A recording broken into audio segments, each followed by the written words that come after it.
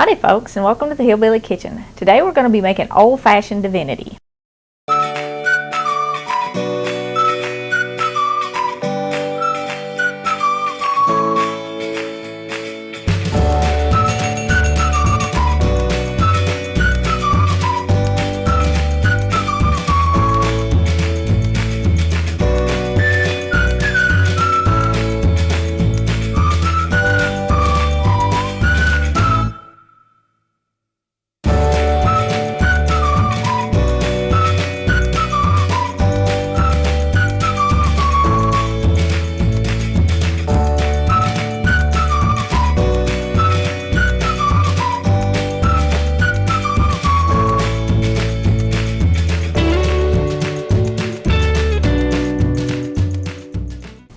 Now, this is not that stuff that you're going to be buying in your grocery store deli or even pre-packaged in the grocery store. This is the real stuff. And the texture of real Divinity should be very light and very dry. It should be soft but not at all mushy or chewy. So this is not the world's easiest recipe, and it takes a few dishes and a good mixer. We are going to put in our first pot for our first syrup a cup of sugar, a half a cup of water,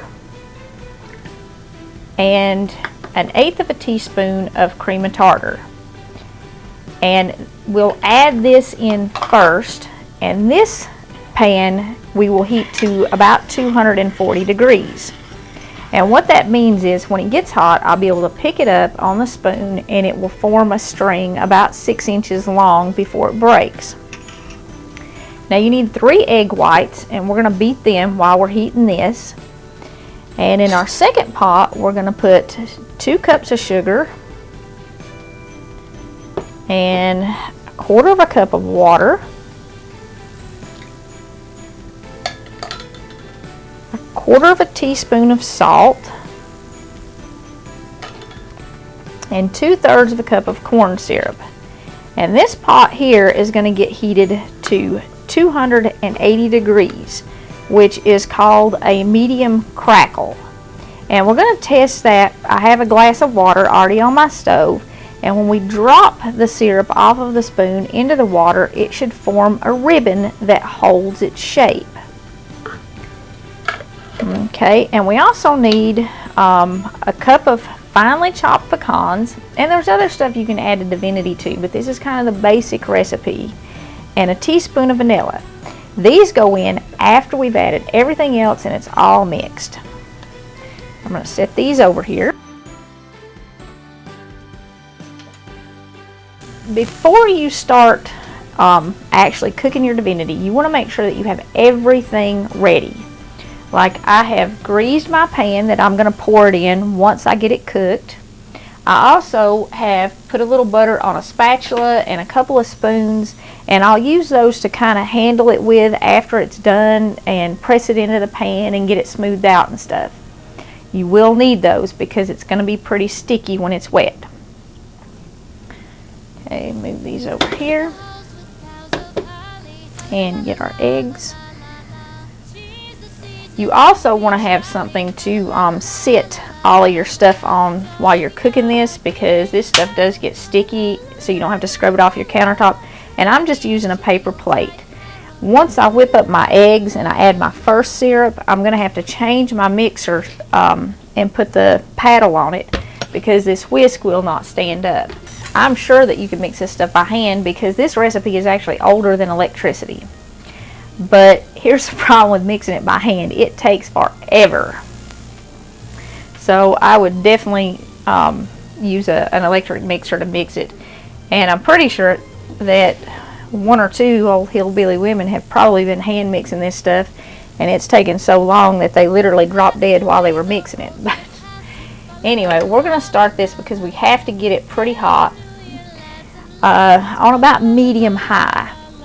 And because I'm adding this first and then I want my second pan of syrup to be hot, I'm going to go ahead and turn it on, but I'm going to turn it kind of between medium and low, because I don't want it to scorch while I'm ignoring it and doing the other stuff. So turn it on and just give it a little stir. And once we get this done, we're going to move it up here on the front eye so we can keep an eye on it and get it to the point where we want it. You don't have to stir this a whole lot, just kind of keep an eye on it, and you're going to bring it to a really fast boil. While you're waiting on that to boil, go ahead and put your egg whites in your mixer. And we're going to beat these until they're stiff and peaks form. Whatever kind of mixer you're using, you really want to get your egg whites beaten good, because you have to have that air in your Divinity before you start adding your syrup.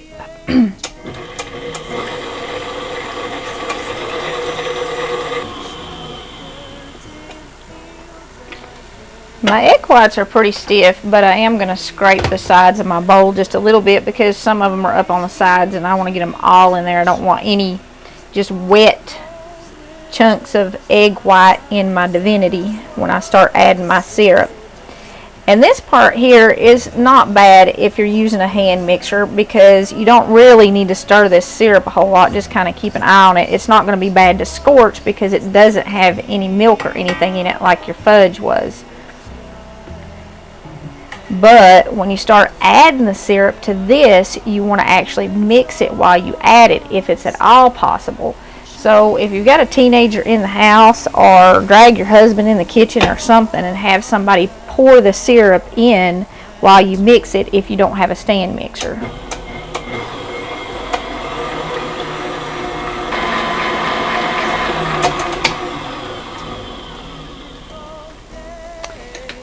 Okay, my syrup is starting to boil, but it's nowhere near hot enough yet. You can see there's no strings forming or anything. It's just melted. All the sugar's melted, but we got to get it past this point.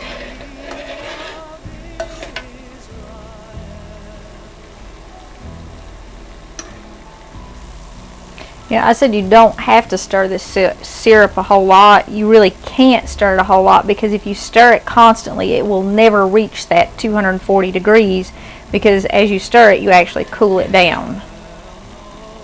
And we're not there yet. We get a little magazine here. It comes from the power company, and it's called Tennessee Magazine. And this month they had an article in it. They do a food page in every magazine.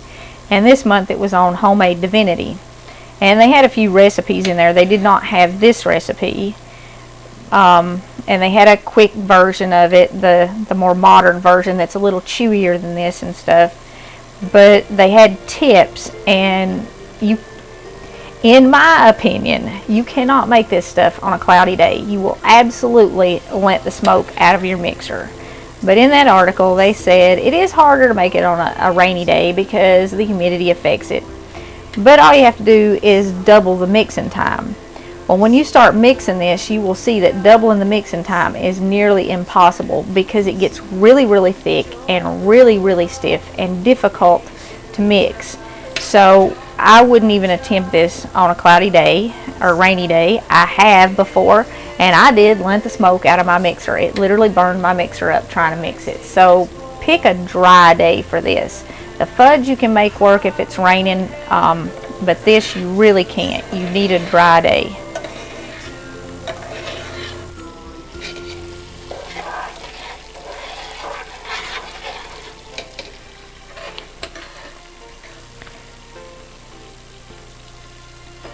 We're not quite there yet, but we're getting closer. We actually want a dry thread off of our spoon when we pick it up and lift it.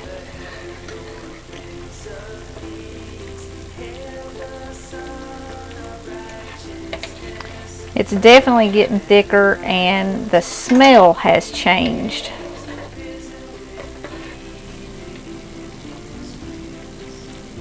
The sound that the bubbles are making now has also changed, and now it almost sounds like something frying rather than something boiling.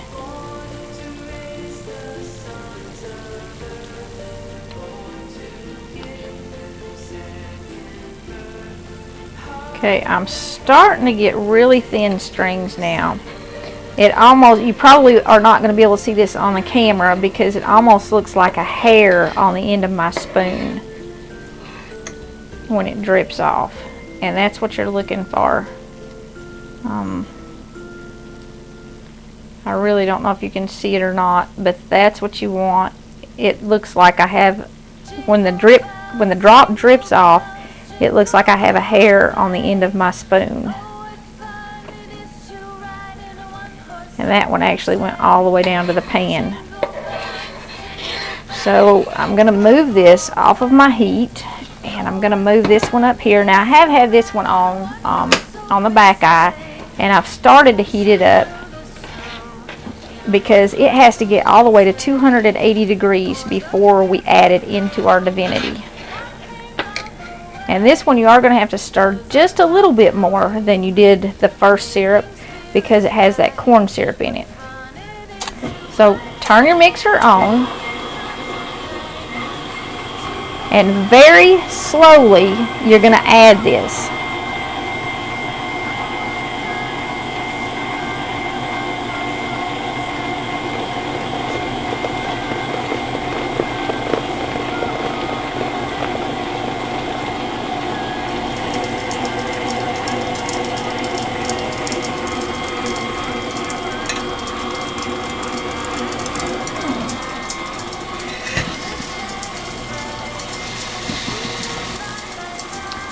I would run some water in that pan as soon as I pour that syrup out because it will harden in the pan and it will be very hard to get out. Okay. I'm going to scrape the sides of my bowl again. And I do have little bits of hardened syrup on the sides of my bowl where my mixer kind of slung it up. There's nothing I can do about that, and that's not going to mix in now because it's already hard. That looks pretty good. And you might be able to see what I was talking about, what you're looking for, the strings here on my mixer. They're just really fine little strings. They look almost, like I said, like hairs. And that's what you're looking for when you pick your spoon up.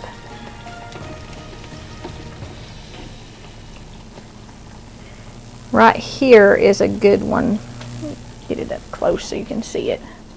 That's what you want to see off of your spoon when you lift your spoon up in your syrup and you're dripping it when you're making that first batch of syrup.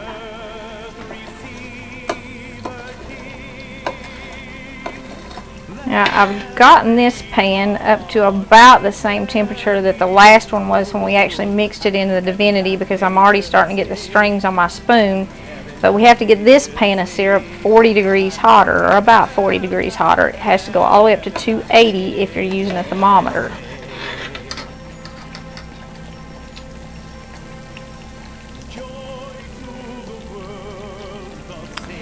Older women, when they make candy, they used, well, there probably wasn't a lot of candy thermometers, but they used these methods like just knowing what the fudge is supposed to look like, which is how I do my fudge, but stringing the syrup off the end of your spoon and dropping it in water to check for a soft ball, or the ribbons, which is what we're looking for today.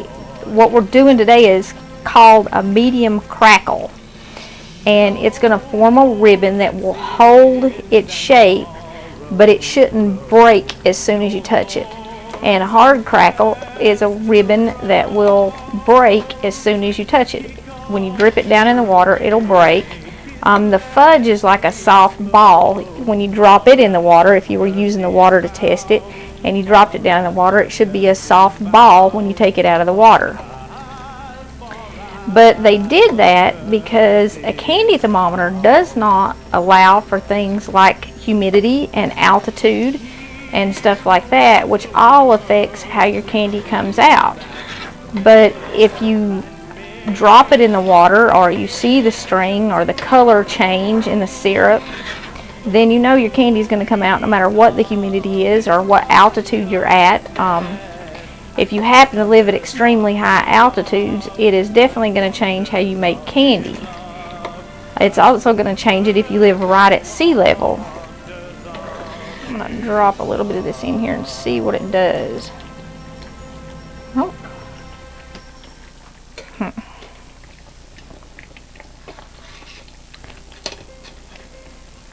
don't know if you can see that or not, but it is definitely forming ribbons and not a ball. And I would be willing to bet that those ribbons are staying pliable. Yep. Okay, so that's where I want it. I'm going to turn the heat off, and I'm going to move this off of the heat, and I'm just going to let it cool down for about a minute. You don't want to let it cool down too much because it'll get hard before you add it to the Divinity. So just about a minute. I'm going to go ahead and turn my mixer back on. And like I said, if you don't have a stand mixer, if you're using a hand mixer, this is a really good time to get an extra set of hands in the kitchen. If you don't have an extra set of hands, just pour it in a little at a time. Mix it, pour in a little, mix it, pour in a little. But it really works best if you can keep the mixer running and just pour it in real slow.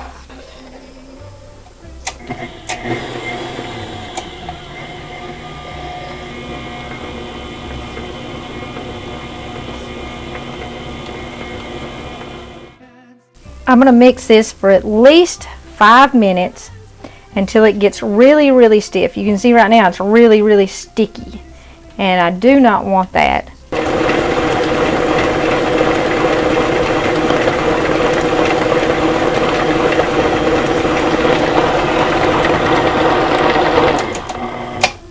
Okay, I'm going to do one more scrape, and I'm going to add in my vanilla now too. You want to wait until it's all mixed to add in your nuts, and you're actually going to fold those in. You don't want to mix them with the mixer because you don't want to crush those up and mix them in with the Divinity. It'll change the color. And if you want to, for Christmas, you can add a few drops of food color into this and kind of make it pink or green, and a lot of people do that. I'm just going to leave this white and add the nuts.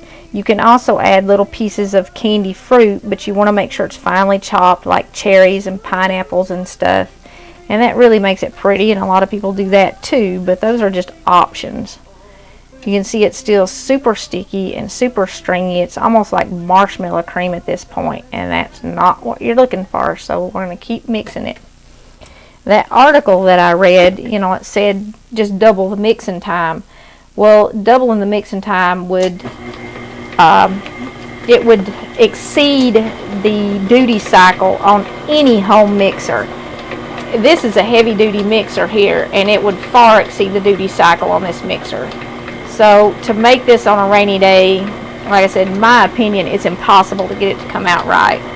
You might get something close, but you're not going to get that light, fluffy, dry candy that you remember from when you were a kid that your granny made, or maybe your best friend's granny made, or you had an aunt who made it or something. It takes a dry day and a lot of mixing.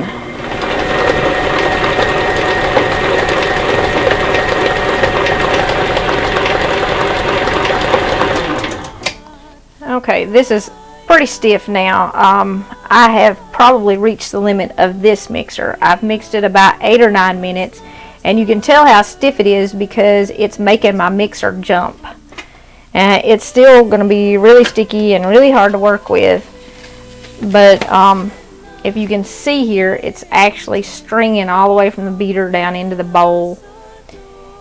So I'm going to scrape the beater off as best as I can because it is so stiff. And then I'm going to fold in my nuts, and I'm going to put it in my greased pan. Like I said, you do want to make sure you have a greased pan. And once you put it in the pan, you just let it completely cool. Oh my gosh, that's stiff. Before you cut it. And once it's cool, it should cut, and it should come out of your pan in pieces. And it shouldn't be mushy.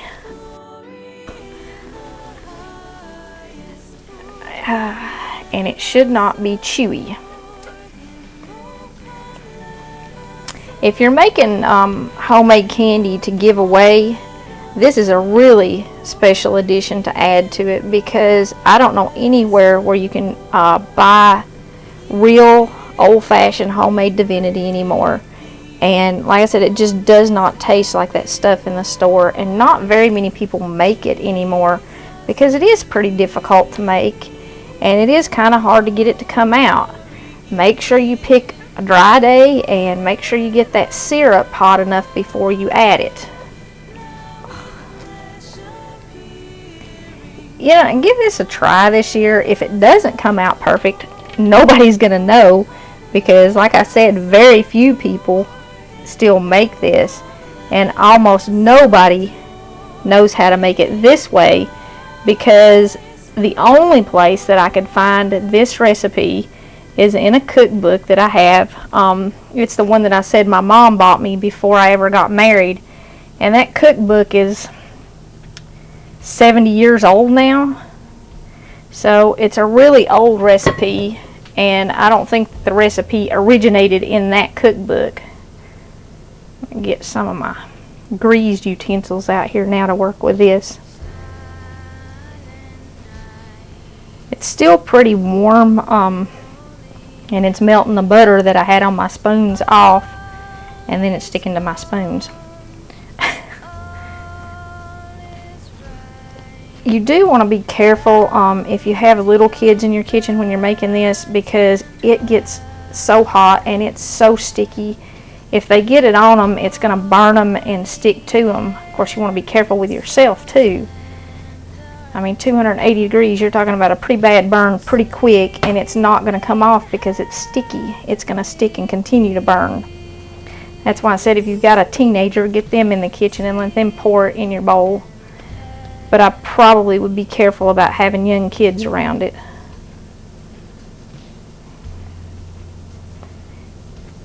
Okay. That looks pretty good. And we'll just let it cool. And I'll show you how I know it's going to come out. You can see on my spoons here already where it's kind of dry and it's sticking together.